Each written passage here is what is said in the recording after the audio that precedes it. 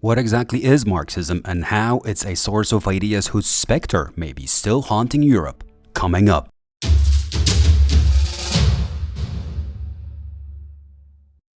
Marxism is a social, political, and economic ideology developed in the 19th century by German thinkers Karl Marx and Friedrich Engels and explained in the Communist Manifesto and Capital. According to Marxism, being based on materialism and dialectics, materialism assumes that everything, including people, can be represented as matter and physical processes. Therefore, all political and cultural issues can be reduced to economic aspects, relations people have in the production process, the struggle for resources, and means of production. The Marxist dialectics, on the other hand, is based on the presupposition that reality is subject to ongoing change resulting from a conflict of opposing forces, with the single possible outcome of full domination of one over the other. The conclusion here is that the sole stimulus for social change is the class struggle determined by its irresolvable conflict of interest among them. The class conflict had been found predominantly between workers, the proletariat, and owners of means of production, the bourgeoisie. If a factory owner gained profit by keeping part of the value created by employees working on machines he owned, then according to Marx, he is guilty of exploitation.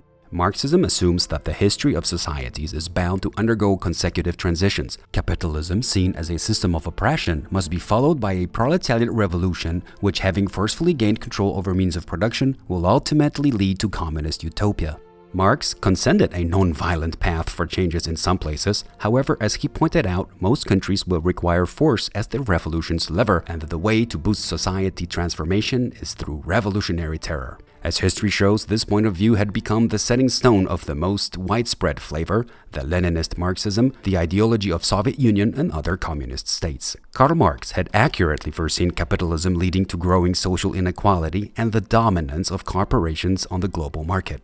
On the other hand, his proposition that capitalism would make the average workers poorer and extinction of the middle class, leading to communist revolutions in prosperous capitalist countries, turned out false. The average worker in those countries was getting rich, the middle class prospered, and all the while, communist revolutions kept breaking out in poor, rural countries like Russia.